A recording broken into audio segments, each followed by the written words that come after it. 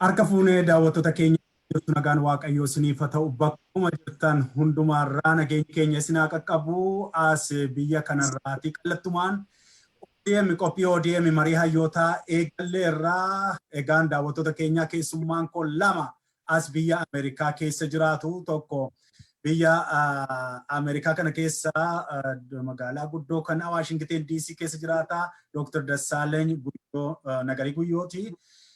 Kan biraan Dr. Sarmuu Teessooti asuma biyya Ameerikaa keessa Texas keessa jiraatu tokko immoo fageenyarra jiru amma isaan biraa galgalaa irra ta'a Dr. Baaroo Qannoo Eeressaati isaan immoo biyya Awurooppaa kana keessa Belgium keessa jiraatu gaa Biraazil magaalaa jettu kana keessa biyya handhuura Awurooppaa keessa jiraatu gaan daawwattoota kootiin duraan durseen baga nagaadhaan dhuftanii isaaniin jedha baga nagaadhaan dhuftan hundumti keessan.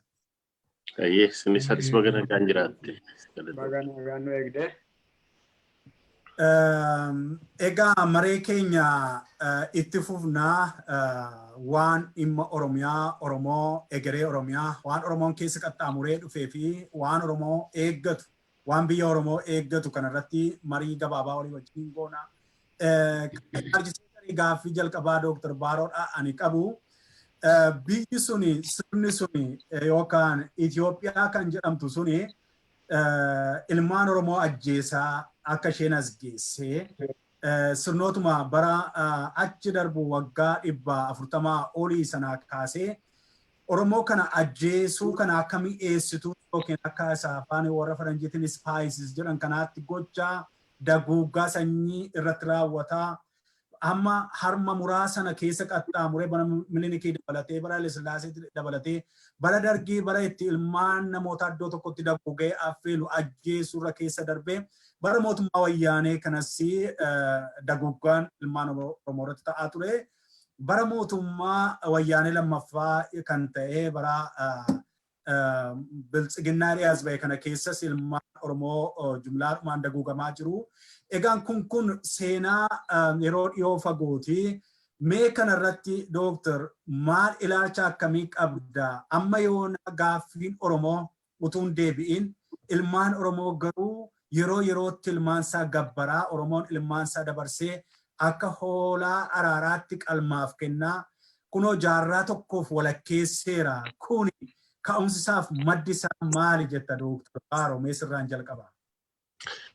Ayyee obbo Beekan galatoomi gaaffii bareedaa na gaafatte garuu duraan dursee bara 1875 bara Alexander Biltovich joornaalistii Raashaa barreessee New York Post irratti maxxanfame yeroo Minilik nama Oromoo karaa naannoo Arsii jiranii gara 70 kuma dhibbaatti fixe sana kan barreeffame kaasee kuno amma har'aatti namni keenya du'aa jira. Kaleessaa kanallee haadha ijoollee 4 micaa waggaa 6 ganaa hin geenye irraa ajjeesanii jiru. Du'i kun egaa amma gara waggaa 140tti deemaa jira. Waanan jedhu warra yeroo dheeraa dura du'e sanaaf seenaan isaan haa yaadatu.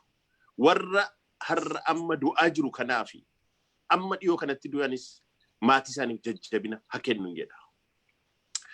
Itti aanee har'a nuyi du'a sana kaafnee boo'uudhaaf hin dhufne. Isaan maalluun jedhu yeroo baay'ee muummicha ministeeraa ammaa kana dabalatee isa seenaa sana qabatanii isa boo'uu dhiifnee kaaraa haa baafnu haaraa jalqabnu dhiifama goone haa deemnu jechaa jiru. Nusi opidiyoonis akkas jechaa jirti. Kanaaf namni keenya leeraarraa alla dubbachuullee saalfachaa jira. Kanaaf hamma nuti boo'uudhaaf hin dhufne ammas garuu irraanfachuufis hin dhufne.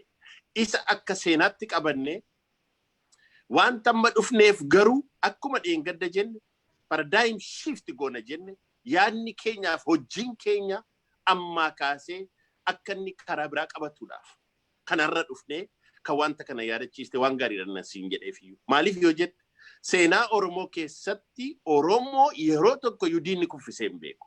Garuu yeroo hundumaa gantuuf dhadhaba saba sana keessaa dhalateenti sabni kun kufaa jira. Kanaaf amma waan nuyi jechaa jirru paradigm shift karaa fi hojii keenyaaf yaadi keenya jijjiiramuu qaba jennee kan itti yaadaa jirru ammaan booda dubbiin akka duriina ajjeestanii jennee isa kottaabaa reconciliation deemna jechuu dhufne miti tokko kun.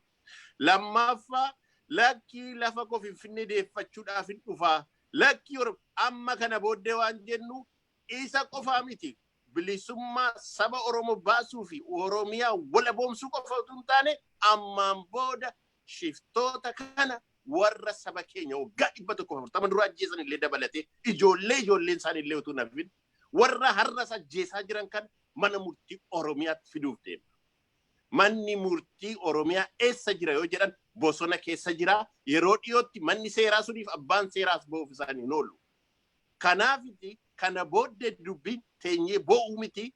Kanaafi hattoota, saamtota, ajjeeftoota kana qabnee fiduudha hojiin keenya. Qabsoon keenyas kanarratti fuula deeffachuu qaban jedhaan. Kanaanis fixadha yoonni gabaabaatti si deebisee gaaffii keenya. Ulfaadhu Dr. Baaro sittan deebi'a ammallee Dr. Dassaalany ati barsiisaa yuunivarsiitii Finfinnee keessa turte ammas biyya kana keessattis yuunivarsiitii keessa barsiistaa. Barsiisaa imaammataa immoo turte poolisii jedhan kana. Kanaaf mee haala poolisii imaammata biyyi sun ajjeetti ijaarame akkaataa inni itti ilmaan Oromoo taargeet godhee ajjeesuudhaaf itti ijaarame kana attamiin nuu ibsuu dandeessa Dooktar? Galatoon namni mana ijaaru hundee ishee irraa ka'a. Manas ta'u waa ijaaru hundee irraa ka'a. Kanaaf biyyi sun akka biyyaatti yeroo ijaaruuf jalqabanii imaammata lafa kaa'atanii qabu. Imaammata jechuun egaa akkamitti bulaa, eenyu keessa oolaa, eenyu ala oolaa, isa kam lammii miti, isa kam lammii tokkoffaan, isa kam lammii lammaffaan, tajaajila akkamiitu isaaf gahaa, tajaajila akkamiitu mootummaaf gahaa, gaheen mootummaa kamii, gaheen sabaa kamii, isa gargar baasa. Saba keessa immoo saba kamtu jira, qabeenya eessa jira, qabeenya eessa hin jiru. Isa jedhu kana xiinxaluu si barbaachisa yeroo poolisii baafattu. So biyya Itoophiyaa jettu sana gaafa gadi baasan jalqaba colonial heritage approach fayyadamanii warra western poolisii kana western allies jedhaman warra biyya alaa kana faana hidhata godhatanii moodelii isaaniin dhufan. Moodelii isaanii irraa yeroo dhufanii approachiin isaanii win and loss. Inni mo'ame garuu buluu. So Oromoo qofaa miti gaa kana biyya sana keessatti kan mo'ame saba baay'eetu mo'ame. Akka isaan yeroo mo'amtu akka isaan si mo'eetti bulta. Inni si mo'e humna isaa sitti agarsiisa. Beekumsa isaa sitti agarsiisa. Qabeenya garuu hin qabu. So qabeenya kee fuudhee hansaa ta'uusaa akka isa agarsiisutti reesoorsii kee akkansaa ta'e agarsiisuun jalqaba poolisiin yeroo biyya sana fakkeenya real example of policy biyya sanaa hin argitu poolisiin Itoophiyaa jiru baay'ee ijoolleen isaanii illee irra deddeebi'anii himu Oromoon illee ofitti ragaa ba'a Itoophiyaa jechuun Amaara yeroo baay'ee Oromoo andi qohan qohan andi biheer isa duwwaa miti dubbichi of gati ana ta'ii akkanani jee itti bulii akka nama keessummaa mana namaa deeme iddee abbaan rafise rafa siree filate irra rafu maaliif qabeenyaan abbaati teessumnaan abbaati qeenaan abbaati so poolisiin sun biyya sana keessatti imaammanni yeroo bahu haala kanaanidha an inni bu'uureeffame fakkeenyaaf lafa biyya sana keessa qabeenyi jiru maali lafa tokko nama lama isatti namaaf lafa kana walitti dhee yookiin lafa duwwaa miti garii soorsi yeroo inni qabeenyi beeladaan uumamaa waan adda addaa kana qaba. Lafa yeroo inni lafa duwwaa miti lafa faana waa baay'eetu jira. Albuuda adda addaa kana qaba. Kana wal qabatee jira. So jara kana wal qabame itti fayyadamuu haan fayyadamuu eenyu nama akkamii isa humna qabu. Itoophiyaan sanarraa ijaara. So poolisiin biyya sana keessatti ba'aa ture. Barnoonni sanarra deema. Uf wallaalta. Duudhaa kee si harkaa gata. Beekumsan isaa sitti fida. Value system isaa sitti fida. Karaa amantii sitti erga. Karaa mana barumsaa formal education sitti erga. Informal immoo Oromoon hin beeku jedhee itti hima. Hin beekumsan qabdu. Oromoon nuti ati cawaadhaan hin dhoomama jecha isaanii tokko fayyada. Cawaadha. Cawaa ayinnaa garim jedhaan. Oromoon ani cawaadha hin dubbatu. Akka hin dubbanne karaa biraa isaan immoo ganamaa galgala itti oololu. So dimensionii kanaan karaa baay'ee itti dhufanii kun kana lammaffaa qonna. Oromoon hin qota malee waa biraan godhu lafa qotataa horii horsiisataa jedhu. Maal jechuudha? Wanta daayinaamikii adda addaa wanta hojjetamu risoorsii suni horiin irraa moo gurguratu isaan dallaalaa ta'ee gabaatti baasaaf iddoo galu. So Oromoon sun direct beneficiary akka ta'an karaa meeqaan akka kana yeroo dheeraa fudhatee calculated ta'ee irratti yaadanii yeroo wanta isaan fayyadu ilaallatanii hunda isaa baasan. Kun keessaan piig godhee fuudhee malee egaa tokko yoo itti deemte kan barnoota akkamitti dizaayin ta'ee kan qonnaa akkamitti dizaayin ta'ee akkamitti akeekamee kan fayyaa akkamitti akeekamee kan loltuu akkamitti akeekamee loltuu yeroo itti administration government structure kan akkamitti akeekamee eenyu haa bulchuu eessatti haa bulchuu isaaniin challenge godhadhaan aangootti laatanii fita waraarii qanyi waraarii giraa waraarii jedhanii Oromoo ta'e ciqaashuu aangoo mallee akka ta'e inni kun tokkoon isaa miniingii qaba kaalcherii faan ol qaba. Seera poolisii aadaa hunda kana irra kaa'anii Oromootiin karaa adda addaa itti himaniiru garuu rakkoon jara sana miti anaan argaa jiru akka kootu. Jarri immoo abbaan nama moo'e akkuma isa barbaadetti bullaa fi maalis cinqe isuma kana sitti maadee. Oromoon jalqaba dogoggora Oromoon ofiisaa hojjete tokko biyyu sun ati asitti you don't belong here jetteetti Oromoon. Haa ta'u otoon dooktar dogoggora Oromoon hojjete jedhu kana otoon itti dhufee natti tola siittan deebi'a isuma akkaati gaaffii sana deebistu.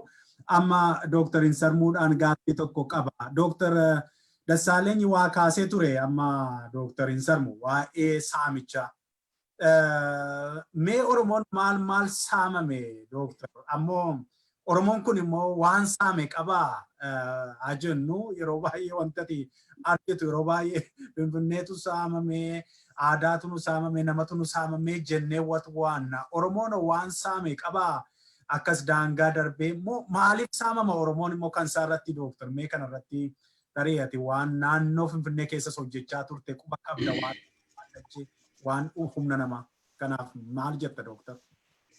Mee asirratti waan nama yaadachiisaa akka kanaan dura ani kuni waan warra keenyarraa dhagee waan akaakayyuu koorraa natti darbee waan ani immoo dhala Oromootti dhala kootti dabarsudha. Dura otoo nafxanyaan hin dhufiin otoo Minilik hin dhufiin Malkanyaan dhufe. Malkanyaan kuni nama Raas Adaal jedhamudha. Nama Raas Taklaayimaanot Nugus Taklaayimaanot jedhamu booda Goojjam irraa dhufe asii erga Abiishee Garbaa ajjeesanii booda naannoo sana qabatee gara Shawaatti gara Arsiitti otoo hin deemiin Ilubaaborii fi Jimma qabatee Wallagga kana hamma ta'e qabatee irra keessa kana Horroon qabatee gadi bu'ee deemee Wallagga kaan gadambisee amma dhaqee amma Jimma ce'utti ceera jechuudha.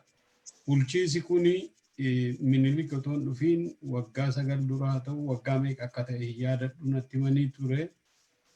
Warri seenaa baratanii nu sirreessuu danda'u. Inni gaafa sana qubsuma fidee dhufee total wanni garbummaa dhumaa fidee dhufee gabbaariitti jijjiiran nama keenya gabbarsiisanii lafa fuudhanii qubsuma godhanii bataskaannin dhufee lafni bataskaanaaf hin fudhatame lafni qeessotaaf hin fudhatame lafni maadaroo jedhamu immoo maadariyaa lafa jedhamu immoo hin dhufee achi qofaatti jechuudha. Lafa warra qeessota irra qubatanii warri agalgaayonni irra qubatanii warra waraanni isaanii irra qubatu warri abbaan wanni isaanii irra qubatu godhanii akkasittiin kanaa achi jedhanii tulluutti bahaniitu kanaa achi qanyaazmaachi galee kanaa achi raasi galee kanaa achi jedhanii qabatanii jechuudha. Otoo kana jennu nafxanyaan dhufee goobanaan dhufee namni keenya jara sana wajjiniin aarii waan qabuuf goobanaa wajjiniin gore isa sana waraaneedha amma naannoon baaboofaatti jechuudha. Inni suni amma namni keenya jara sana wajjiniin xinnoo ofirraa haa faccisu malee goobanaan faammoo dhufanii qubsuma minilikiin hambira immoo amaara karaa warra shawaa kana dhufu waraarra keessaa gondar kana dhufu karaa manzee kana dhufu fidaniitu isaan immoo karaa isaanii irra uffisanii jechuudha. Isaan immoo matolaqaa shaambal qanyaazmaach maalee jedhan qabu isaanis akkasumatti loltuu isaanii fi lafa amantii lafa maalii jedhanii fudhatan jechuudha. Lafni kun gaafa minilik dhufu lafni kan minilikidhaa jedhanii ammata irraa fudhatanii ammata hambisanii turanii bara adwaan duulamu adwaatti akka namni duulu godhanii warri adwaan duulle deebisanii lafni irraa fudhatamee ture jechuudha. Kuni otuma jiruu otoo baay'een turiin xaaliyaaniin dhufe. Xaaliyaaniin gaafa dhufu paawar vaakiumiin dhalatee namni keenya isaanii lolee warra mana irraa fudhate warra lafarraa fudhate lolee mana isaaniitti gubee amma ta'ee deeffate jechuudha. Bara xaaliyaanii sana keessa amma ta'ee haadeeffatu malee warri qubatanii lolanii warri hafanis jiru oromoonis immoo tuqinaa jedhee qabatamaan seenaa qabatamaa naannoo kootti ta'e isinitti himaa jira. Inni tokko amaarri nurraa ba'u lafa kana deeffachuun qaba lafa koonarraa fudhataniiruudha.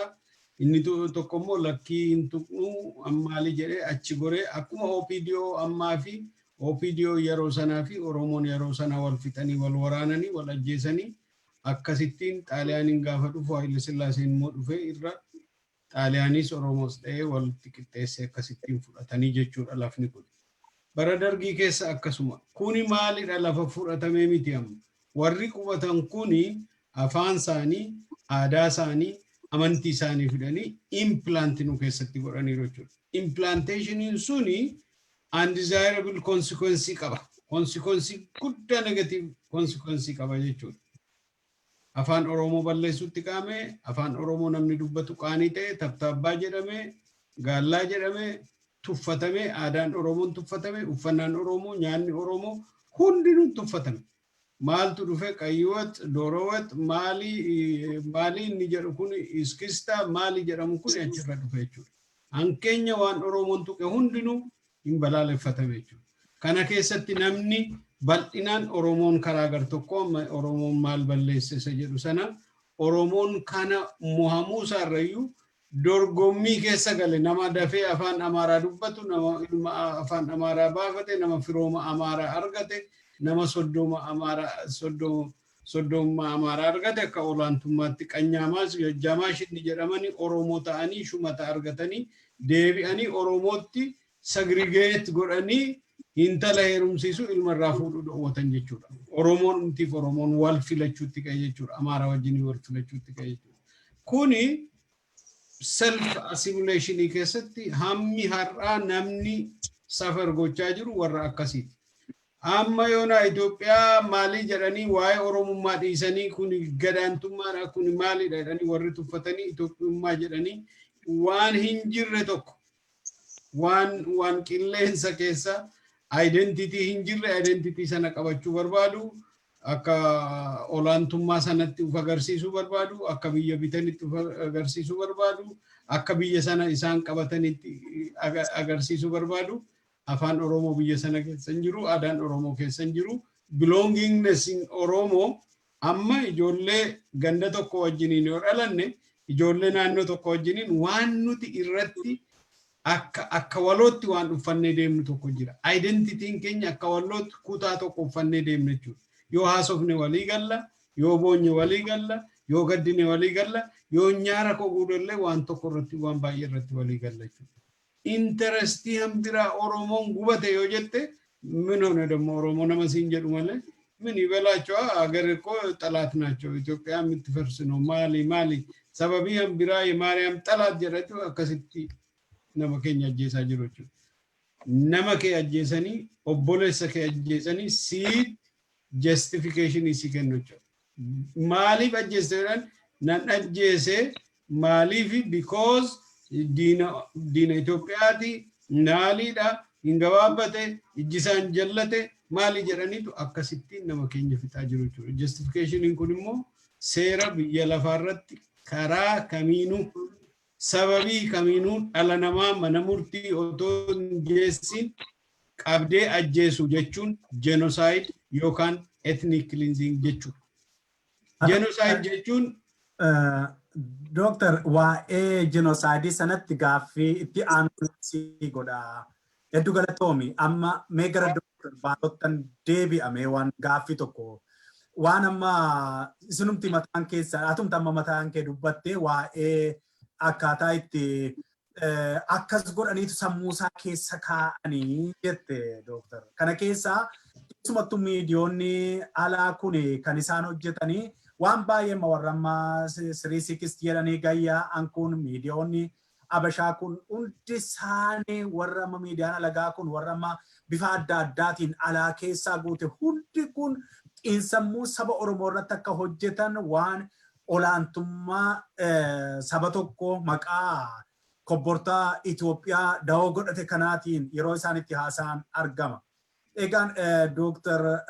Baaro gaaffiin ani si gaafadhu Oromoon yeroo baay'ee waan ittiin sossobamu mee araara goona mee akkas goona gaafa humni tokko biyya sana keessatti xinnoo jabaatu mee araara buufna mee maanguddoon araarsanii maaloon araarsaniin kuni fiilmiidhumaaniif hundi keessan waggaa lamaan kana ilaalaa jirrudha.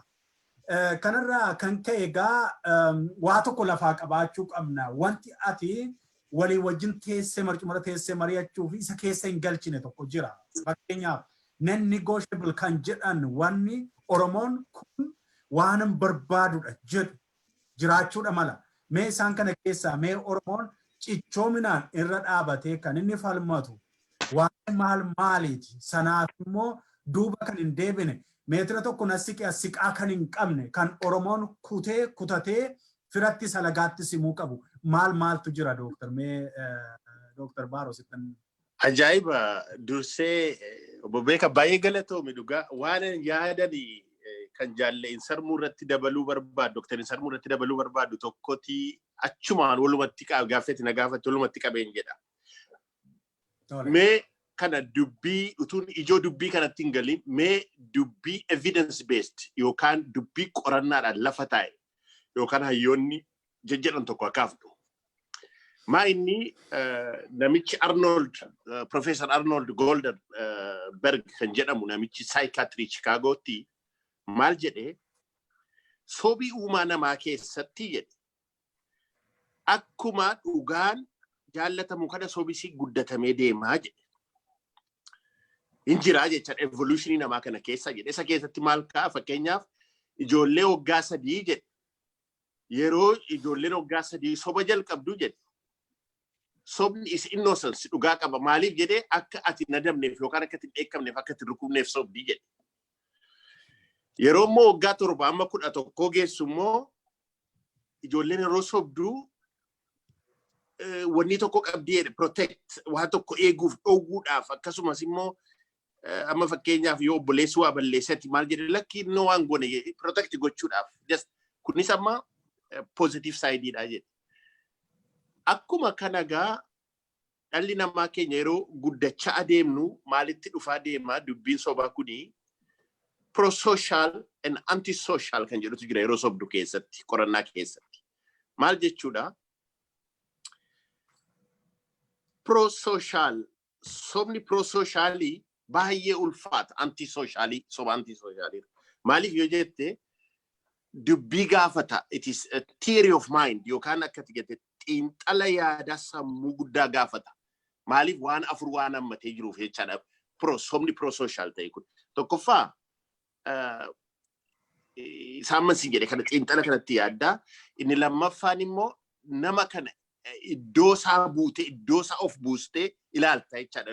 Waan tokko qofaa jedha. Empathy isa jedha akka dokteeraa jechaadha. Amma dhukkubsataa keenya yeroo wallaannu yeroo inni dhufee dubbii isaa himachuu dadhabu iddoo isaa of keenya iddoo dhukkubsataa kana empathy jechaadha. Dokteerri tokko kana uffachuu danda'u. Iddoo isaa of keessatti isa gargaarta jechaadha. Just easy akka inni wanni hin taanetti. Inni sadaffaan immoo compassion gadduu nama tokkoof wanni ta'u. Amma maayini anti-social jechuun immoo just deliberately, intentionally tokko harmi gochuuf sobuu jechaadha.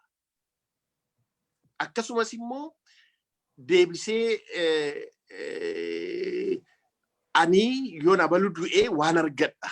Yoo abadu ballee waan argadha. This anti-social so. Amma yeroo empire Ethiopia kanaa fi warra Oppidio jedhanii fi warra amma diaspora kan warra activist jedhanii yoo amma ilaalle dubbii kana waan amma doktoreen sarmuun jedhe san durduraarra ka'ellee hiikuu karaa saayinsawaa ta'e kana dubbiitti kennuu hin dandeenya. Maal jechuu kooti? Empire Ethiopia sana keessatti jarri kuni waan isaan lafa kaatanii dhufanii approach isaan dhufan is a pro-social lie. Garraamummaa compassionate. But practicality jijjiiramni isaanii garuu anti-social ta'a. Maal jechuudha? Hin dhufu cheerchii dhaabna, waaqa isinii kadhanna, nama dhukkubsataa keessan fayyifna. Garuu cheerchiin sun immoo ka'eetu mee lafattii kanan fudhanna, mee qubsatuu akkanatu irra dhufa. Practically amma maal ta'a dhufa jechaadha. Anti-social ta'a dhufa. In maal jedha? Akkaman doktorin sarmuun jedhe maalti jijjiirama lafa keerraan buqqilta aadaa keen galta duudhaa keen galta afaan namaa barta in tuffatamta in jibbitamta automatically kanatti deemta. Wanti kun biyya saayinsawaa ta'een waggaa 140 amma nurratti adeeme yeroo amma irra jirru kanatti maal fakkaata jennee ilaallu. Tole. Amma yeroo amma irra jirru kanatti warri amma sila akka Dr. Dassaalenyi jedhe leerii sadii jira yeroo hundumaa ani waan an jedhu akka mataa kootti policy maker high level middle way warra akka institutional ta'an churchii dabalatee media dabalatee mana adda addaa kana dabalatee low level immoo concentration kan warra jiru warra borcaa kana warra activist waliin jedhu yeroo tokko mana deemanii fudhatu kan akkuma Dr. Latiyoon jedhe xalayaa ergannee naanii mana fudhatanii waraqaa gashan jedhe amma dubbiini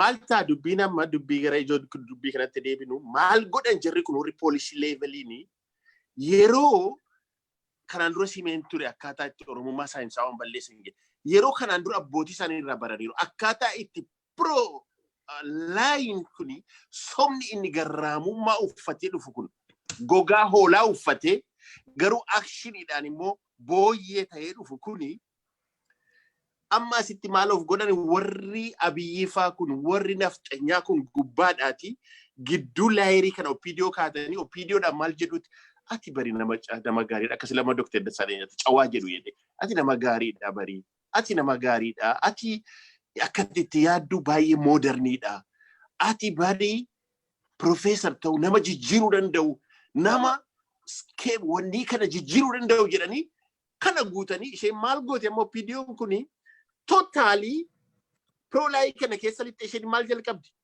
Mana fudhachuu jalqabdi konkolaataa laaluu jalqabdi ani cawaadhaan hin dubbadhu ani maal jechuu jalqabdi? Against maal ta'a gaama yeroo arti social ta'u yeroo maal ta'a saba kee gurgurtee saba kee warra kanatti dhufu warra sa pro-life kana warra mootummaa policy levelii kana tumsuudhaaf eeguudhaaf jecha saba kee ajjeesta. Maaliif? It's defend, you are defending. In beekan garuu jarri kun amma mee warra diaspora kana fudhadhu maal siin jedhu bilisomne rabiyyuu waan ufiduuf deema biyyuun jijjiiruuf deema. If far away from the reality, maaliif injiru sammichatu theory of mind na sinjire sun gana ammayyuu biran ga'ee injira waan sana bira. Kanaafiti yeroo akkaataa kana gidduutti galanii warra diaspora warra activist ammallee inni kanaan duraan nun ga'u inni waggaa 4-3-5 kun nun ga'u jedhanii warra ammallee as dhufaa jirantu jira. Warra ammallee as ba'aa jirantu jira. Maal jedhanii as ba'aa jiru? Akki biraa hin jira. Mee callisaa. Biyyattiin kun yoo gaaga'amte yoo balaa keessa buute baduuf deemna Siiriyaa ta'uuf deemna baay'inni maqaan isaa Libiyaa ta'uuf deemna Yemen ta'uuf deemna kanaaf hin jiru maal ta'anii jiru jarri kun isheen laayerii sana pro laayii sana keessa jiru amma maal ta'a akshinii isaanii immoo anti laayii anti sooshaal anti oromoo anti oromummaa anti distract kanaaf waan hin jedhee cufuu barbaadan tokko jarri kun mekaanizmii kana teerii kana itti guddatan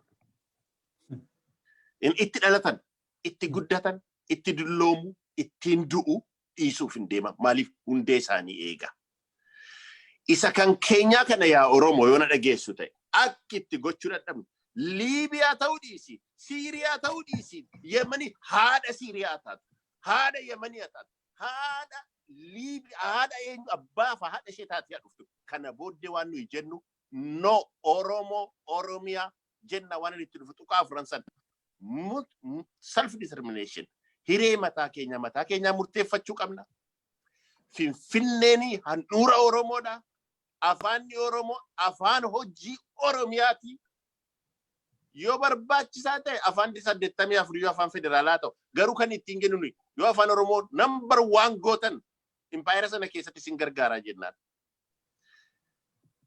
Kanaafi wanti kun non-negotiable factorsidha.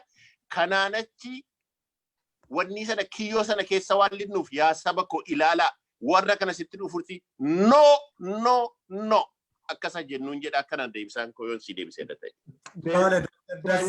Sittan deebi'aa achumaan utuu ati dubbachuu sanatti wannoo hin jedhiini waanuma ammaa Dr. Baaroon lafa kaa'u kana waallee yeroota sadii sanaa tooppiirra warra jiran warra poolisii meekeroota warra waan Oromoof waan Oromummaa waan abbii waan maddammarii kana si dura qabatanii garuu dudduubaan kan haayir ta'anii wanta abashoota ta'uu isaanii yookaan immoo poolisii meekeroota humna cimaan tokko akka jiru nu agarsiisuu isaati. Isa gidduutti gaa institushiniin ni jedhu immoo atuu kanatti barsiistuu kanatti wel itti trend taatee wannoota amma argaman kana wannoota gama cheerchiitiin gama dhaabbiin institushinii adda addaa ijaaruudhaan PLC adda addaa ijaaruudhaan walitti fiduudhaan namoota waan adda addaa qabsiisanii kaapitaalii namaa kana maayindii kana akkaataan ittiin sanarratti hidhanii ka'an.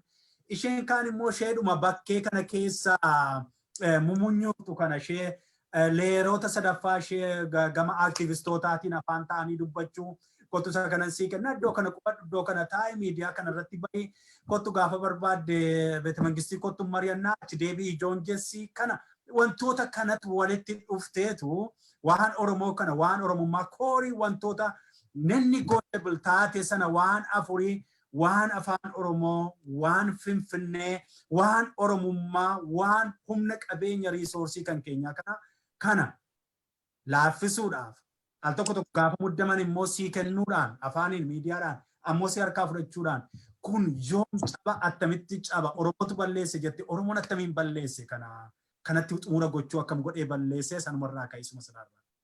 Thank you very much. Baay'ee gaariidha. Dhuguma bagatti naa dhufte anis sanuman dubbachuu barbaade. Ilaali biyyi suni yoo dhuguma biyya haa taatu jedhamee yaadame kan ishee rakkisetu jira. Ilaali waan walitti makamneetu walitti makame. Zayitii fi bishaan ta'e. Oromooni fakkeenya tokkoon sii kaasa isuma amma Dr. Baaroon haasa'ee fi Dr. Gurraachoon haasa'anirraa. Soba hidhee ka'ee Dr. Baaroon sirriidha. Kaalcharii jara sanaa keessatti maal qabu seminaa warqeedhu haasaa yeroo haasa'an. Oromoon iyyuu baree gaafa kaarikileemii diizaayin godhatu sokoof sorboo jedhe. This is a different culture. Anachiraan kaadha. Eddeetti cabsan. Oromoo keessatti waa'een sokoo sorgoo copy imitated culture jedha malee Oromoo keessatti arraa du'i jennaan is a golden word. Injijjiiramuu dhugaa dubbata. Amma culturein suni amatitti baratte language nama language ti waan ta'eef deconstructed in taane ni hegemonic curriculum ruling system. So seminar warqiitiin education keessa agarsiisa. Barnootaan nama gaariidha isa jedhu define godhan. Amma nama gaarii jechuun nama kamii? Beekaadha jechuun maal jechuudha? Nam tokko beekaadha. So safartuu eenyuun beekaa ta'a nam tokko. Safartuu eenyuun nama gaarii ta'a nam tokko. Sun imaammata keessaa baha. Aadaa Habashaatiin isa faramtachaa. Oromoon Habashaa hojjetu hin jajama baay'ee. Nama nagaadha. Yoollee isaan uftaatee dhaabbannaan inni agreessive hin jiru. Because safartuu isaanii irra jirta waan ta'eef safartuu isaanii hin guuttu. Oromoo baay'een kanaan isaan amma yoo wanti inni cawaanoo, xuruunoo, muhurnoo, annagaagaruu hunda muhurnoo siin jedhu. Oromoon immoo isa sanatti fiit gochuu karaa achitti balleessinanii. Ufta'uu dhiisee isa sanatti galee safartuu sana keessatti ilaalamuuf waa baay'ee ta'e. Kanaaf jarri kun baay'ee waan salphaatti. Yeroo dubbanni tokko tokkoon keenya nuumtu keessa nuyi Oromoodha ishee anaafati Oromoodha finjan afaan Oromoo haasa. Mee sirna gadaa isa kam beektame? Gadaa saayikilii isa kam keessatti piraaktis goote? Dabballee irratti maal turte? Maal goote akka dabballee? Dooramatti maal goote? Itti makooratti maal goote? Waan goote qabdaa hin goone because si harkaa rukutanii an harkaas rukutanii. Everybody of us. Nuyi maa inni language warra afaan Oromoo jecha isaa hambitatee qabdu malee Oromoo isaan culture isaa identity strength isaa cimina isaa sana qabatee jiru miti. Baay'een isaa isa kana keessa waan darbe sirrii nutti fakkaata. Kuni salphaatti cabee miti. Yeroo dheeraa fudhatee adeemsa dheeraatiin karaa barnoota institutionii torba jira. Amma asirratti nan kaasa. The first institution family maatii. Dr. Gizaachun sila kaaseera. Intalatti heerumsiisuu, ilma fuusisuu, akka Amaaraatti yaaduu, farda akka Amaaraatti gaafa cidhaa akka Amaaraatti sirbuu kana qaba. Faamilii irraa qaba. Yeroo kana intermix ta'a. Inni jararraa fuudhe kabaja qabaaf. Kabajni isaa eenyu safartuun maal? Aadaa Amaaraatiin kabajama. Hansaa hin gataa jechaadha. Akka uffata first thing uffata niitiin uffatu haati manaa yookiin abbaa manaa uffatu. Maali qamisii isheen gara bitaatti yoo ol batte ta'e maali dogoggoraa jedhetti ma. Niitii kanaaf garuu naachuraal harki ishee gara bitaatti gochuun ishee qara'uu danda'a. Safartuun Amaaraa irra dhaabatee uffata qamisii yoo akkan Amaaraa Habashaa sanatti dhaabate. Faamiliin kana ta'u amantii. This second institution. Amantii irratti waan namni hundumtuu beekuu fi isiniin kaasuun yeroon fudhu. Amantii keessa maal dabarsu? Waaqayyo akka kanaatti yoo dubbatte, akka kanaatti yoo faarfatte, jecha iyyuu si jalaa jijjiiru baay'ee. Sirbaa miti amma faranjii bira yoo deemte isa song. Waaqayyo yoo ta'e hin faarfatte. Sirbiif maali? It is a song, religious song. Waaqayyoo fi hin faarfatta, nama jabaa hin faarfatta. Hiika Oromoo irratti faarfannaan hiika guddaa qabda. Miniingi akka Oromoo garuu dogoggora ta'uusaa si agarsiisu faarfannaa mette malee sirba yoo jette cubbamaadha. But it is a song faarfannaan mataansa. Karaa adda addaa cabsanii amantii keessatti akkatti sabbakatti akkatti lallaban. The third economy. Economy irratti akkamitti akkatti gabaatti baastu maaliin akka gurgurtu. Oromoon exchange wal godhuufaatiin jiraachuu danda'a. Markeetii irratti qabeenya qaba. Inni tokko asara qaba, inni tokko baaqelaa qaba, inni tokko boqqolloo qaba. Isa kana yoo wal geessee waliin gargaaramuu danda'a. Garuu maal jedhan qarshiitti jijjiirta. Maal sitti fidaa jiru jecha birri isa usan. Birriin sun eenyuun mootummaa sanaan imaammata keessaa bahee dhufe. Qarshiin jettu birri. Maaliif birri keessa maaltu dhufa? kaalcherii dhufa. Akkaataa bittee gurgurtee, akkaataa oomishuu. Amma nama keenya muka lafa dongoree dhaabuun baay'ee muka midhaan lafatti horditee dhaabuun environmental protectioniif miniingi guddaa qaba. Soil fertilitiif miniingi qaba. Ilbiisa adda addaatu biyyoo keessatti lubbuu adda addaatu jiraata. Amma garuu lafa diigdee muka hidda isaa buqqistee maal si agarsiisu warra akka kanaatti guddatanii. Maaliif lafni qulqulluu ta'uu qabaa sin jedha. Clearing, land clearing. Oromoo keessatti muka yeroo muran akka leebi'ee latuu danda'utti muru malee hundee ishee balleessanii muran. Amma isaan irraa waan baran kuni karaa adda addaa dhufu. This agriculture, economy.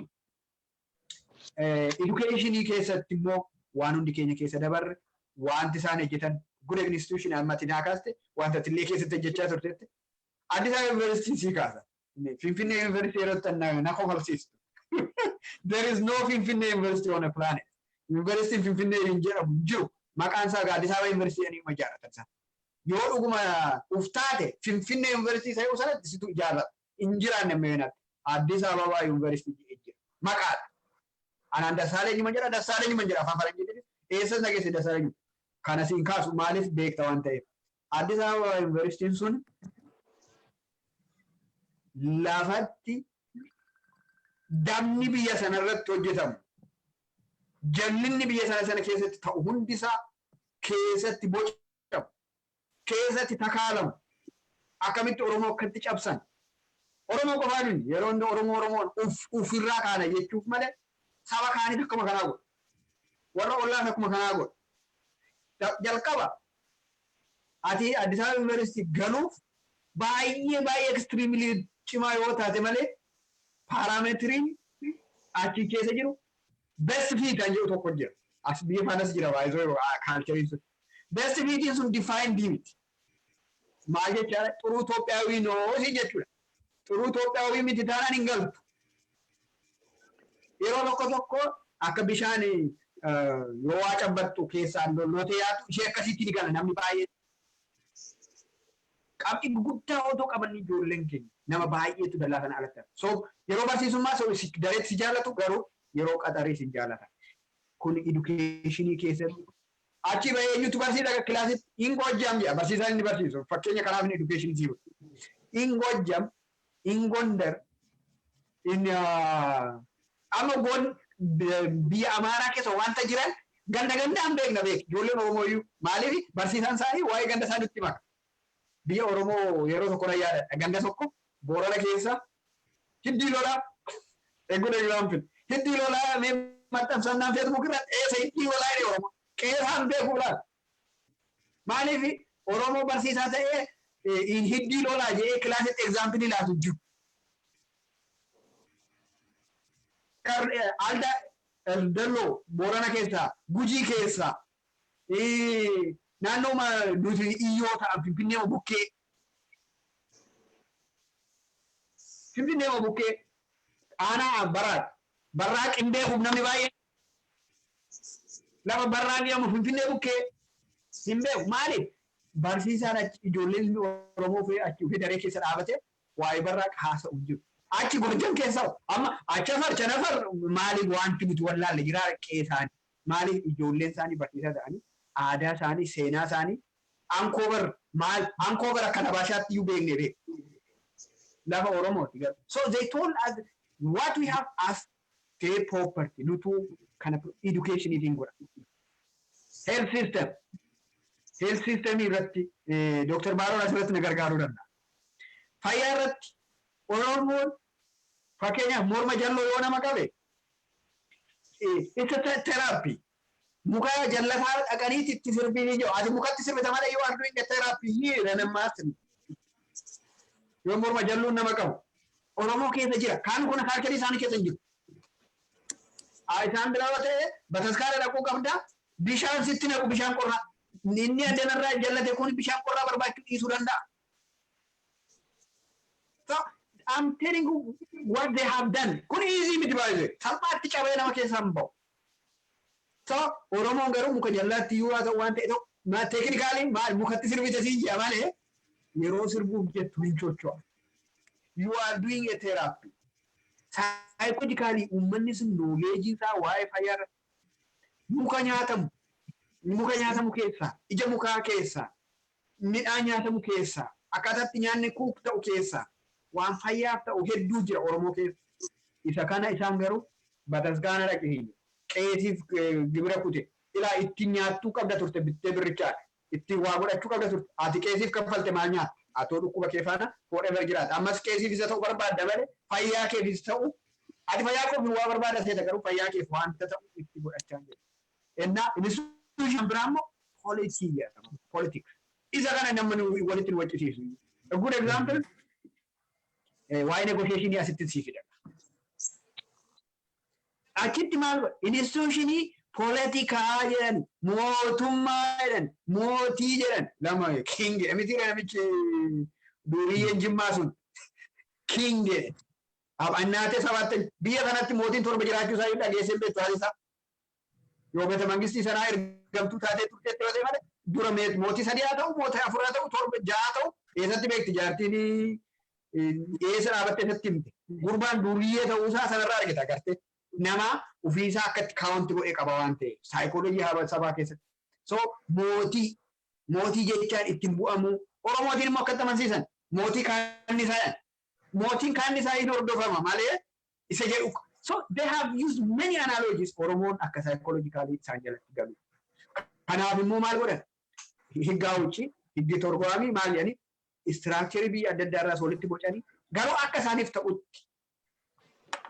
The next institution is technology and communication. Akkatti odeeffannoo daddabarsanii Oromoon akkatti oduu walii dabarfatu qaba. Akkatti ergaa walirraa fudhatu qaba. Akkatti wal dhaggeeffatu qaba. Dhaansaarii hin wacama. Annutu wacuutti kaanee hin wanyaa. Hin dhiyyina. Because do we inherit? Kanaaf negotiationii isa jetteefi nuuf Itoophiyaa yoo maalirratti waliin negotiate goona. Diree isa kanarratti taphannu lafa kaawwachuu qabna meeduu. The first, what is our playground? Ethiopia fananuti? Ethiopia, Ethiopia miti. Ethiopia na to Oromo Ethiopia miti sinjatti. Ethiopia to ufu anti shella fakawatte silan kaira kratera. Ethiopia to ufi kratera shella fakawatte yo jirti. Oromo andir kama mali fan Ethiopia da jedhe rakkata.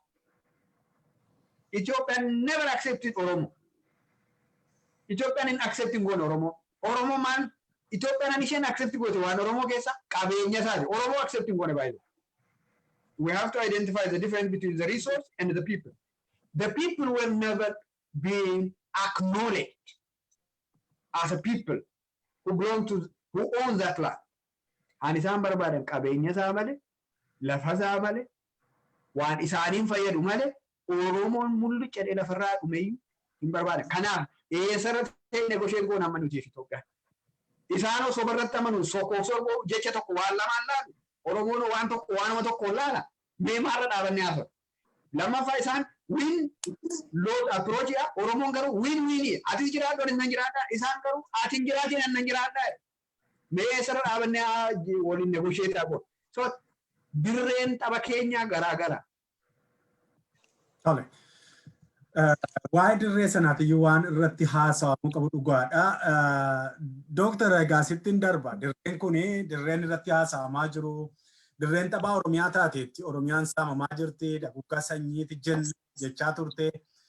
Kun egaa maal fakkaata? Oromoon taa'eedhuma waa'ee dhaguggaa sanyii dhumeera, du'eera, badeera, saamameera jedhee haboomoo fala akkamii barbaada? Dooktariin Sarmuu Teessoo keessatti deebi'a.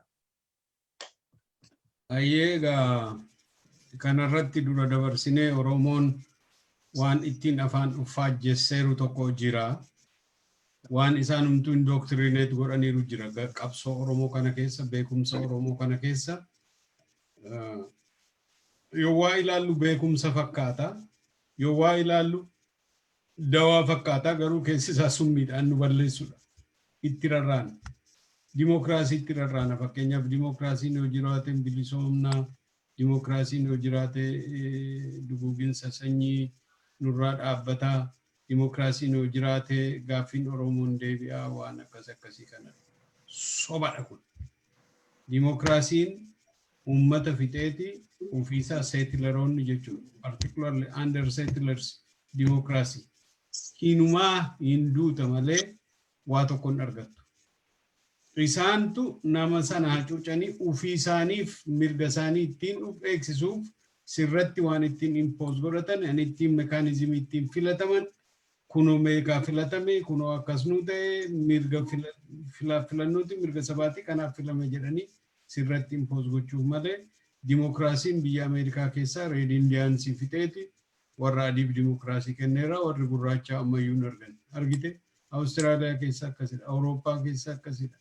Oromoo bira ga'ee dimokiraasiin haaraan hin dhufuufi otoo dimokiraasiin Oromoo uummata bilisa baasa ta'e gadaatu bilisa baasa ture argite. Tokko kanadha. Waa'ee gadaa sanayyuu isaanuu dhaga'uun barbaadani malee hankeenyi kana amma akka fakkeenyaaf akka nagaa buusuu qawwee yoo hiikkanne nagaa waan buusnu itti fakkaata. Yoo rakkina keenya kanadha jennee ija keessa tumannee yoo dubbachuudha baanne yoo ifa baanee yoo dubbanne dubbii sana ittuu jabeessina itti fakkaata nama keenyatti. Suute jedhi cadde.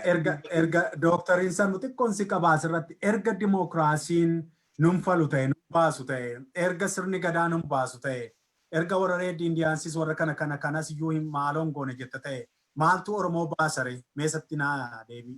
Oromoo maaltu baasa? Oromoo an bilisa baasu gadaa miti gadaan mataan isaayyuu qawweedhaan eegamuu qaba. Ittisamuu qaba argite. Gadaa biratti waraana cimaa ijaaruuf sirra jiru. Security cimaa ijaaruuf sirra jiru.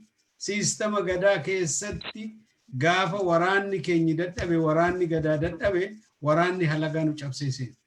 Isa sana reverse gootee gadaa sana restore gochuu qabdu.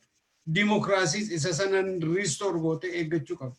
Bilisummaa humnaan eegdaa, gadaa humnaan eegdaa, mootummaa kee humnaan tikfachaa yeroo hundumaa humni murteessaadha. Siyaasaa keessattis, biyya ijaaruu keessattis, nagaa eeguu keessattis, bilisummaa tiksuu irrattis jechuudha. Kanadhaan jiru. Dimokiraasiin waan nun baasu jedhee fi asirratti akka maal jedha namichi akkanaan hin jennee fi dimokiraasiin mataansaa konondiramii adda addaa waan nama falmisiisu waan handaaqqoomoo hanqaaquu dura dhalteessa jedhu waan akkasii kana qabu waan akkasii kana of keessaa qabu waan nama of keessaa qabu waan isaan barreessan immoo akka 10 commandmentiitti kaawwataniiru jira political creeds of democracy jedhanii. Dimokiraasii keessatti gaaffii uummataa daftee deebisuun sirrii miti suuta jedhanii incremental change otoo status quo irraan fagaatiin suuta kennaa fi deemta malee takkaattiin kennitu sin jedhu. Maali yoo jette suuta jette evolutionary change waggaa 150 akkasitti poolisii yoo waa barreessitu poolisiillee waa barreessitu suuta jettee prescriptionii kanaa kennaa fi deemta malee takkaatti abrupt changein biyya kuffisuu danda'a, sistema kuffisuu danda'a, kana ta'uu danda'a, economic problemii fiduu danda'a, maal fiduu waan danda'uu fi otoo isa duraarraa baay'isteen fagaatiin xinnoo itti qicaa deemuu qabdaa jedhani.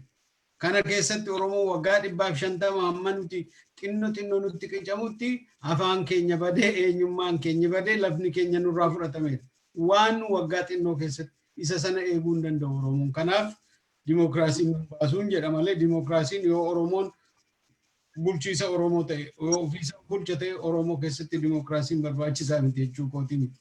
Haala amma jirru kanatti settlers dimokiraasiin biyya keenyaaf hin ta'u jechuudha. Settlers dimokiraasiin isa interestii isaanii eegsisee interestii sabaaf sablammii afaan koo kutaa tokkorraa baradhu aadaa koo baradhu yoo akkas taate Itoophiyaan tokkon taatu ati qobaa kee afaan kee dubbachaa ani qobaa koo afaan koo dubbachaa afaan kee abaduuti afaan Amaaraa fudhadhu warra nuun jedhan sana jechuudha. Baay'ee galatoome. Utuun gaaffii tokkoon ani Dooktar Baarootti deebi'a. Dooktar Baaroo Urgent call to all Oromo kan jiru waggaa 4 dura artikelii tokko ati maxxansite waamicha ati Oromoo hundaaf goote tokkotu ture. Muddamtu yeroo itti ijoolleen qeerroon keenya gadi yaatee daguugamaa turte tokko artikelii tokko oogdii keessaa waan argin qaba. Mee ajannuuti gaayyoota keenya waan isa darbee boof dhufne miti jette silaa jalqaba yeroo itti seenne keessatti.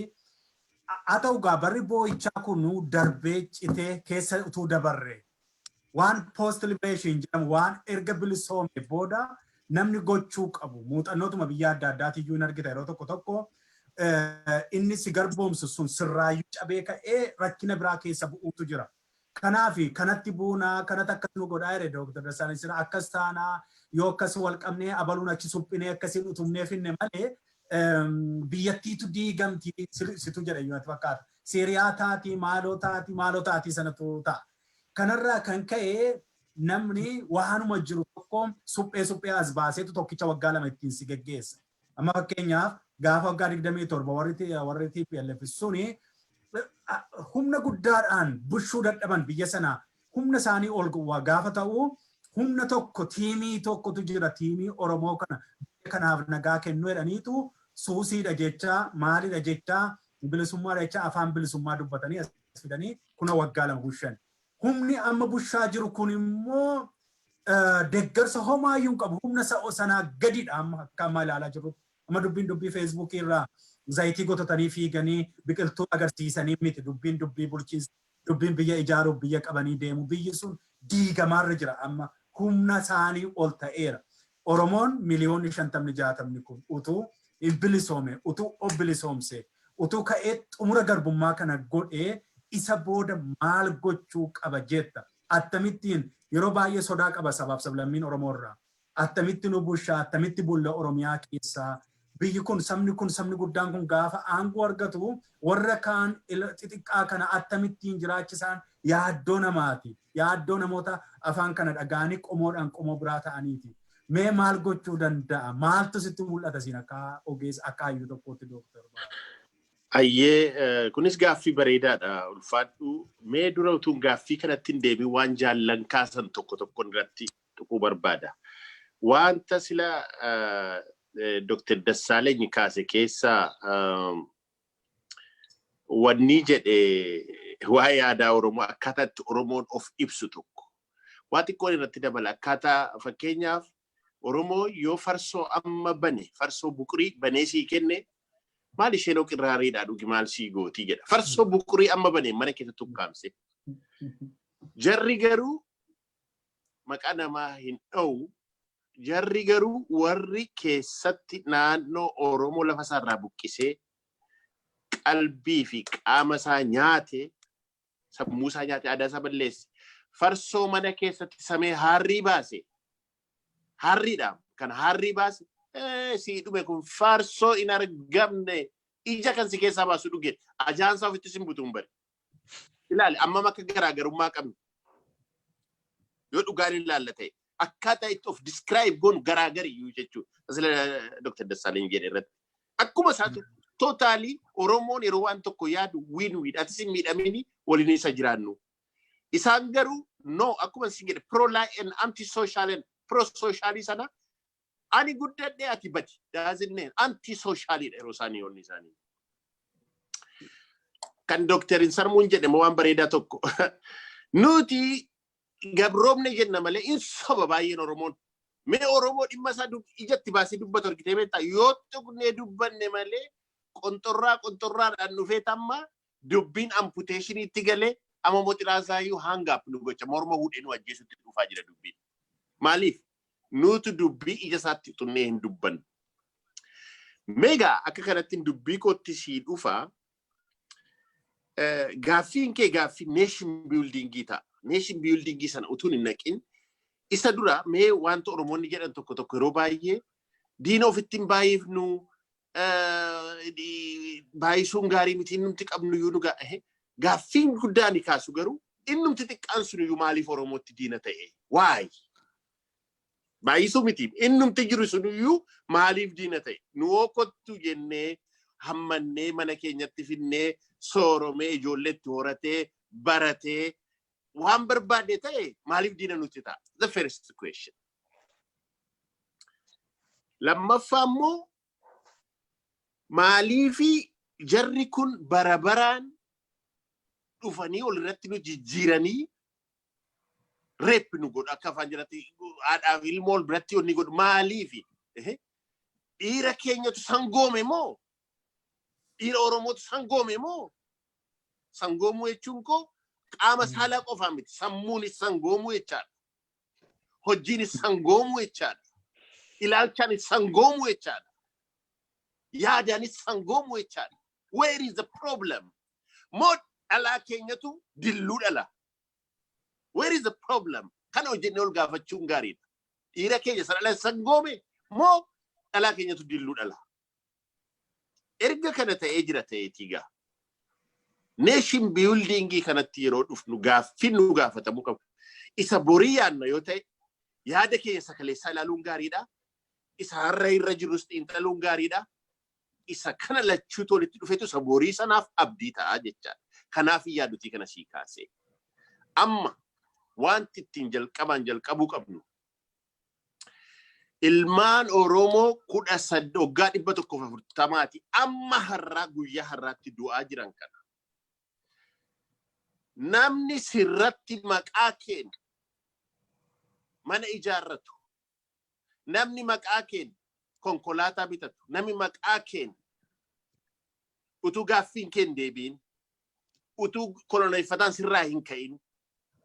Utuu ajjeesaa fi warri si dhufanii mana keessi gudeedan sirraa hin ka'in. Utuu egereen kee babbadaa jiru warri kana godhan dhiigni ilmaan Oromoo lolaa ta'ee mana sana hajissu.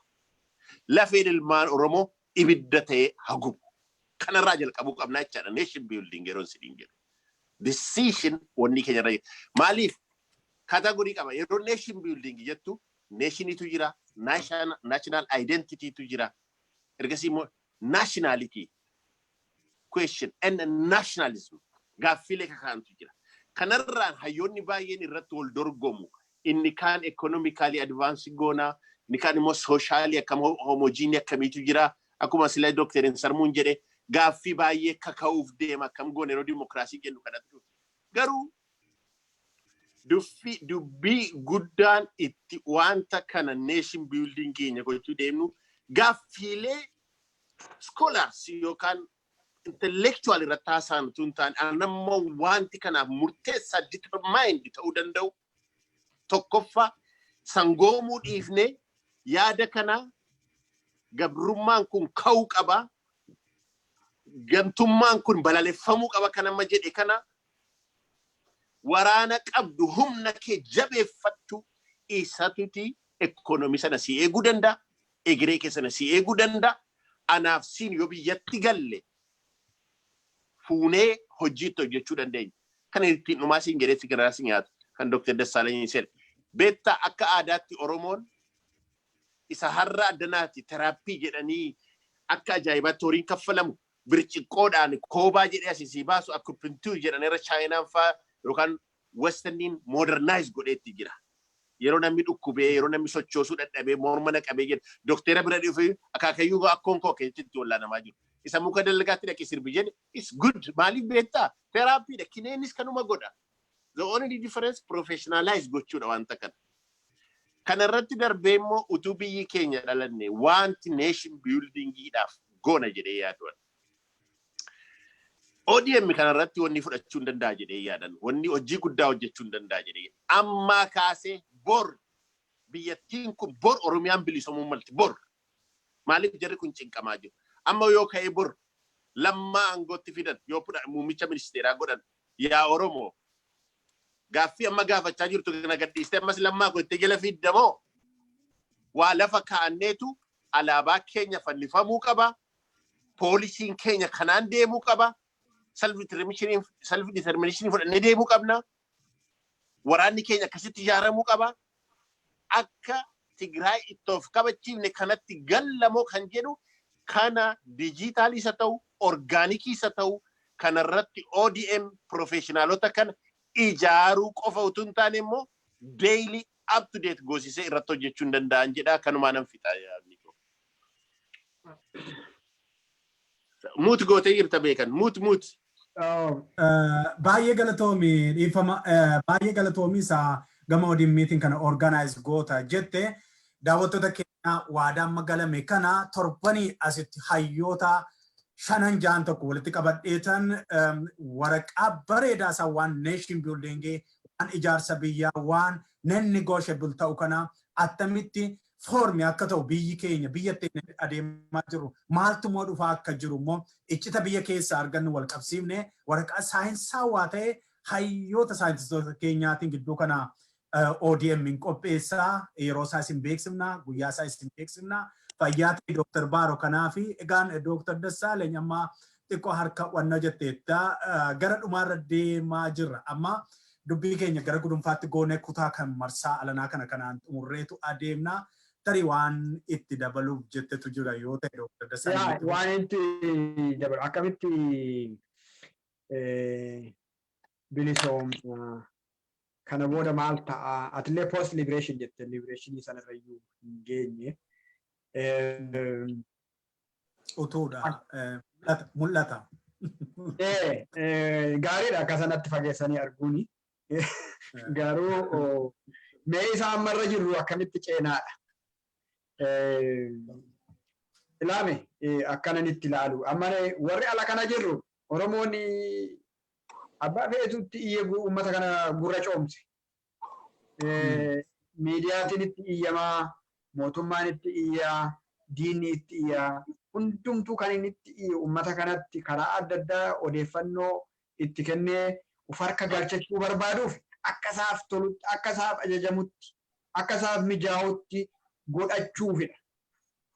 Dhugaa dubbachuun har'a Oromoo wanti inni irra jiru rakkoo hamtuu namni lafarra jiru Siiriyaa miti eenyu Yaman otoo gamaa gamana wal lolanii namni isaanii beela'ee dhumeera kan kanarra jira. Nama agadi. So maal gochuu qaba kana keessaa bahuuf amma survivalidha. Survivaliin immoo going to the social minimum jedhamtu tokko jechuudha. Minimamiif deemuuf jechuudha. Achi darbee yaaduu qaba. Inni jalqabaa amala sabni biraa sodaa Oromoo irraa qaba. Yoo Oromoon kun bilisoome maal ta'aa jira? Yes! Eenyutu itti hojii saba sanatti? Warra biyya sanaaf poolisii baasetu laa Oromoon kun guddaadha. Yoo si nyaata lafa sirraa fudhata si weerara. Oromoo garuu takkaa qeenamaa dhaqee namarraa waa fudhatu argee hin beeku. Sila gaafachaa turte hin deebine wanti sun. Hannamaa takkaa Oromoo gaafatu argee hin beeku. Garuu sodaa propagandaan jarri sun jarri Habashaa Oromoo irratti oofan sana inni kaanillee maaliif oduun irra deddeebi'amee waan odeeffameef nama somni irra deddeebi'amee waan haasameef namoota tokko dhugaatti fakkaata. Hawaasadha. Wanti nootiin namni dhuunfaanis yoo dallane anaafati yoo wallalle akka dhuunfaatti eddee bakka dhalootaa kee barbaadeen anis garee akkanaa ta'aniif nama barbaadu waan qabu. Ilaa ijoolleen biyya sanaa ijoolleen biyya kanaa waliin jechuun naachuraalii amala namaa keessa waan jiru Habashaan sirriitti siistemii jiru kana fayyadamtee Oromootiin koorner gochuuf waan isaan itti fayyadamanidha. Tuulidha. Haa ta'u malee yeroo darbe keessatti yeroo gabaabduu sana keessatti jijjiiramni jirti jedhamee jedhanneyyuu malee yeroo abaawoon biyya galetti duula hamaa irratti godhan. Duula hamaa irratti godhanii namni isaan faana dhaabate fakkeenyaaf saba Sidaamaa faana Oromoodha. Hin argani. Oromoo irratti warri duulan sun isaan irratti duulan. Maaliif isaan waa'ee riijiniillee taana jennaan. Walaayittaan riijinii taana dura walaayittaan Amaara caalaa Amaara turte. Affuun hojii Amaaraan hojjaa turte beek. Afaan tunanii dabalee ani Amaara warra ofii jettee turteef jarra. Har'a diina because waa'ee hiree ofii murteeffannaa kaasta. So Oromoon immoo faana dhaabate. Inni ati sodaan sabni kaan nurraa qabu nettu riyaalitii miti jechuufini achirratti. Warra miidiyaa qabu warra propagandaatiin lafa ulee hankeenyayyuu dabalatee warra sobanii qilleensichatu jiraafanii dooktar amma akkamitti nama keessatti goobsaniiru Oromoon kun yoo biyya qabate Oromoo isaa amma afaan Oromoo dubbatu miti isaa mootummaa afaan Oromoo dubbatu kanan jenne Oromoo lafa qabatee gaafa sabboonummaan lafa qabatee waan aadaa biyya biraa dagoogee sabaaf sablammiti xiqqaasa keessatti guddatee walore kana waan miidhu godhanii sammuusaa keessatti guddisaniiru sodaasatu jira yeroo baay'ee hin fottoquu amma jechitti fottoquun itti dubbatamu yoo fudhatte hiree murteeffannaa Obbulchuu kana yeroo baay'ee waanuma Oromoon waa tokko irraa fottoqsee waa tokko mudamee sana gatee gamatti darbatu akka itti sammuu namootaa keessatti jaarraa darban kana construct godhani sana adda ilaala. Saattis amma isarratti naasaa jira bilaa. Dhuguma inni kana ka miidiyaanii gahee guddaa qabatu. Oromoon miidiyaan qabu. Uummanni amma kanaa guddatu miidiyaan qabu. Miidiyaa kan qabu eenyu? Jaruma kanas lallabutu. Jaruma aadaa isaanii akkatti fudhattu barbaadutti. Maal? Good example siin kaasa. Addis Ababa University yeroo barataa waggaa arfaffaa turre waa'ee saba human rights. Mirga dhala namaa sin barsiisne jedhaniiti warra yeroo sana paartii Rainbow yookiin Qasxa Daamanaa amma immoo namni suni ani nama akkas paartii jijjiiratu lafarratti argeen beeku paartii 9ffaa moo 10ffaarra jira Rainbow Qinijjiitti Gimboo 7tti Gimboo 8 Gimboo 9 jedhee lakkaa'ee jira amma Gimboo meeqa akka jiru beeku zeemaa ta'eera PPU ta'e. So nama kanatu nu barsiisuuf nu waame jedheen kanaaf gaarii example waan ta'eef sitti. Maal jedhee ijoollee Oromootiin horroo guduruu example fudhate ani achi waan dhufeefii gaaffiin sun baay'ee mataa keessatti nu hafe. Horroo guduruu 75% Amaaraa noo era inya andinen Itoophiyaa andinen jedhee nutti barsiisee dura achi takka ture horroo guduruu 75% Amaaraa noo. Ennani ijoolleen Oromoo kan horroo guduruu ta'es kan horroo guduruurraan dhufnes harka baase akkuma jiru. Lulaalee jennaan haalli baay'een keenya ijoollee xixinnoodha waan taaneef ijoollee xixinnoon nama rabsuu dandeesse namichi saayikooloojikaalii akka cimaa ta'e amma naa gala erga guddadheeni ijoollee xixinnoon nama rabsuu dandeesse waan sun akka ilaalee mucaa tokko fiizikaalii guddaa kan ta'e tokkoof carraalaati. Maal jedhe gurbaan suni ani achitti dhaladhe akkuma carraa ta'e achiin dhufee kootiin godha.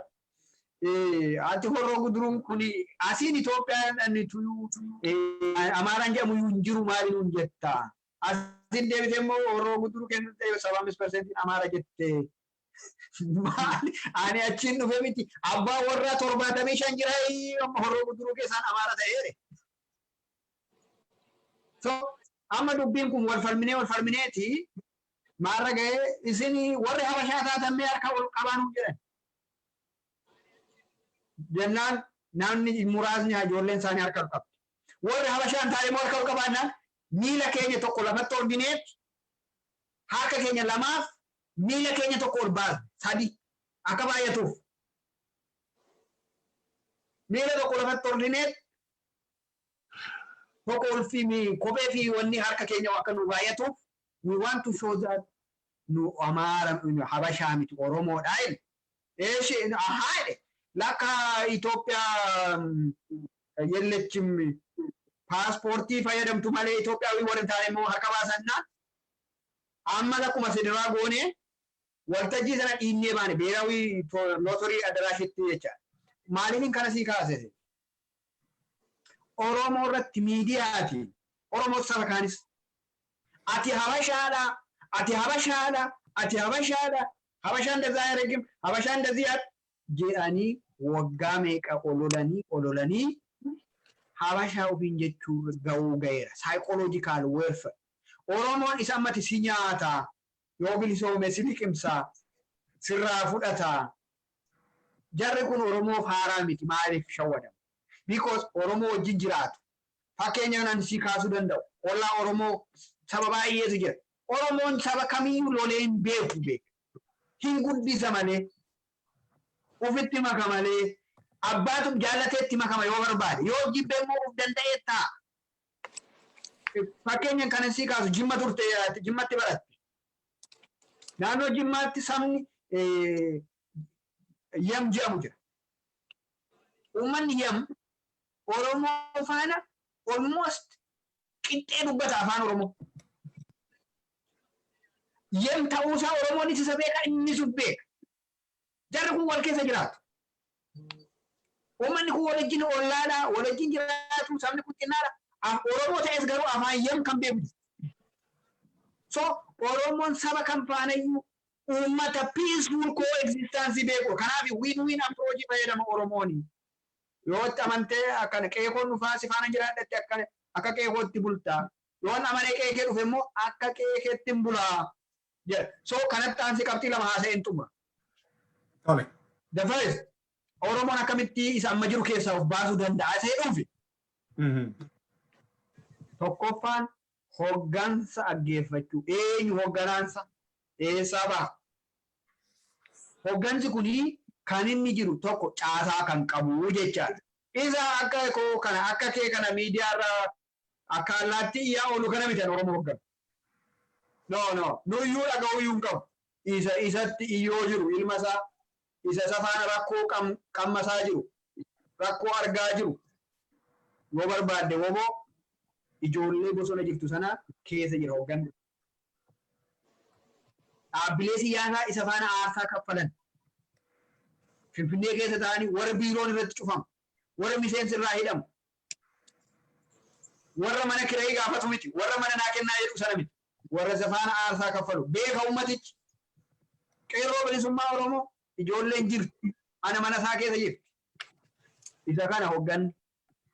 Inni ala kanaa kuni horii yeroo analoojii tokko fudha. Horii yeroo du'u bakka horiin itti du'ee argamu horiin hin gadoodha. Yeroo gadoodu garuu iddootti hawwalloon jira. Duratti jalqaba achitti baay'ee. Yookiin situ kana balleessee walitti ta'uu danda'a. Garuu maddii naannoo ta'e kan gadoodu jirti. Jibittii gadooduu jedhama. Warri alaa kun miidiyaatiin lallabu. Qabsoo kee hogganaas hin jiru. Gumaachaa hin jiru. Karaarraa si dogoggorsaa jira. Isa si bira jiru dhaggeeffadhu. Isa kana liidarshiippiin achi keessaa ba'a.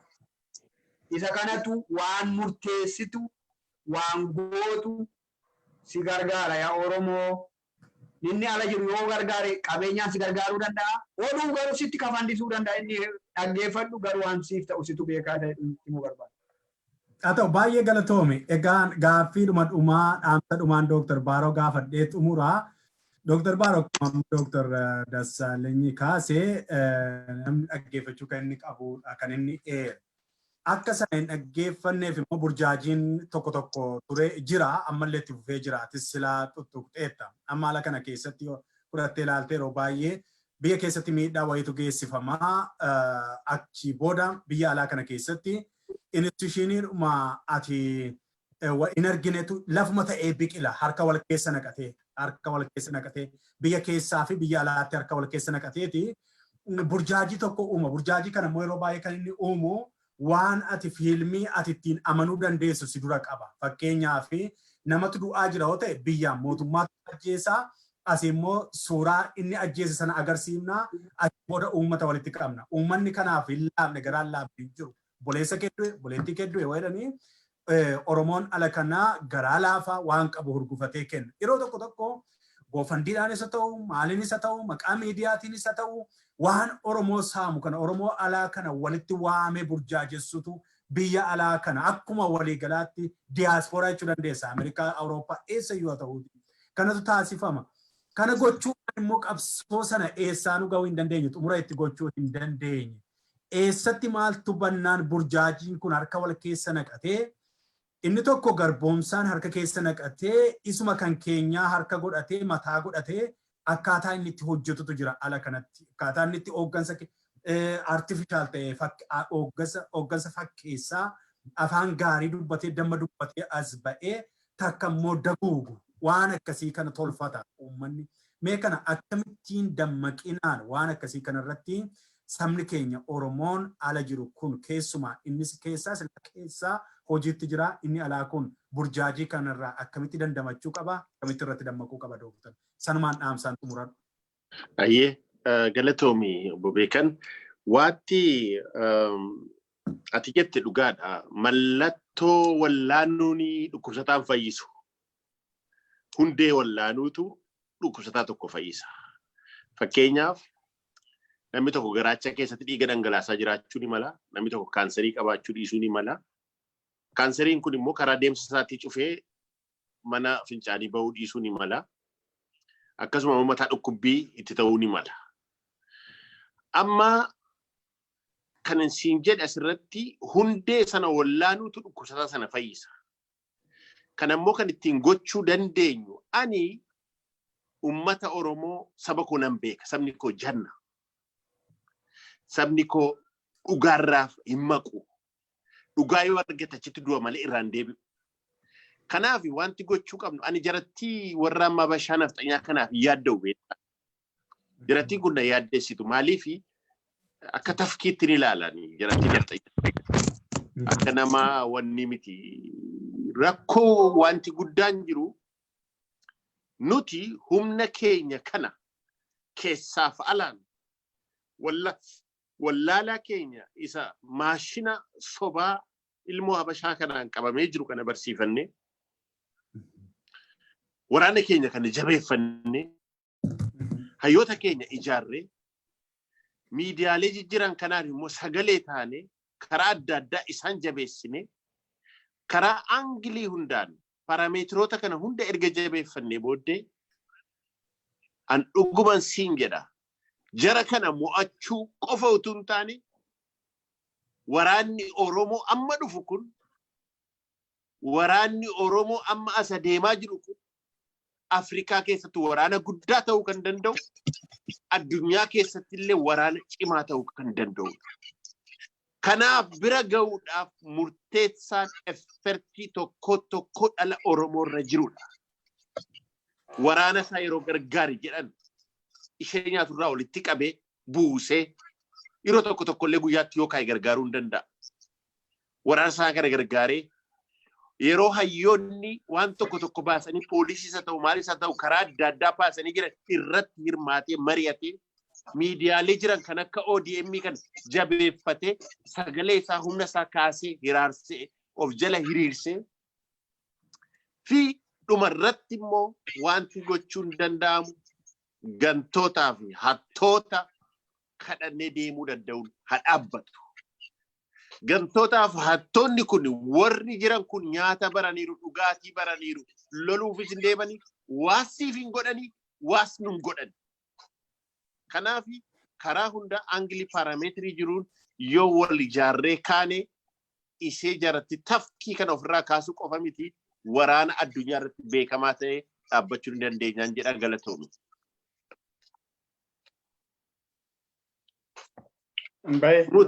Mut. Baay'ee galatoomi Dr. Baaroo. Egaan yeroo keessan bal'aa fudhattanii xiqqoo rakkoo teknikaatiif Dr. Teessoon keessa ba'anii hundumti keessan arfan keessan sadan keessanuu Dr. Baaroo, Dr. Dassaaleny Guyyoo akkuma kana Dr. Insarmuu Teessoo yeroo bal'aa kana fudhatanii wajjin marii taasisuu isaaniitiif guddifnee galateeffanna daawwattoota keenya. Mariin kun kutaadhaan gara fuulduraattis mata dureewwan jaboo Oromoo eeggataa jiru kanarratti cimnaan itti fufnaa. ODM akkuma waliigalaatti hayyoota keenya itti fayyadamna. Hayyoonni keenya saba keessan barsiisuu dhugaa barsiisuu barbaada. Yoo jiraatan akkuma kana naquu namaa garee ijaarrannee mareedhaan akkaataa akkasiitiin baanee uummata keessan barsiifnaa hin dadammaqsinaa daawwattoota keenya isinillee galatoomaa ulfaadhaa warri har'a yeroo keessan bal'aa nuu kennitanii amma hammaatti obsaan baay'ee ulfaadhaan isiniin jedhaa. Egaan sirba kana wajjiniin nagaatti daawwattoota keenya.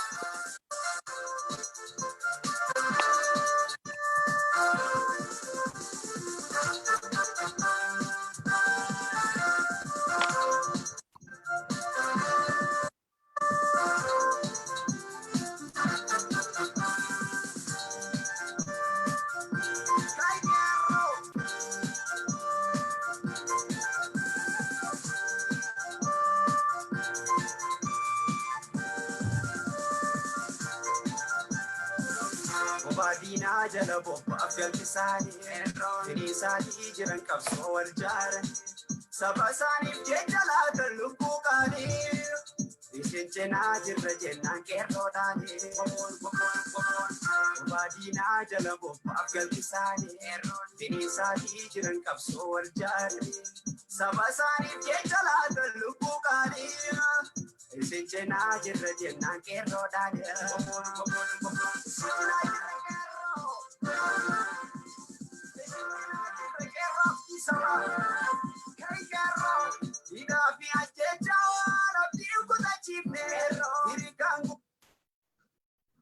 Uummata isaa Oromoo bilisoomsee kabajaa fi ulfina itti horuuf biyya isaa Oromiyaa walaboomsee daangaa itti gochuuf lubbuu isaa jijjiirraa hin qabne kennee dirree qabsoo jira. Mootichi waraana bilisummaa Oromoo waboon har'as qeerroo dargaggoo fi shamarran Oromoo diina dura dhaabbatanii falmaa hadhaa godhaa jiraniin isin waliinan jiraa jedha.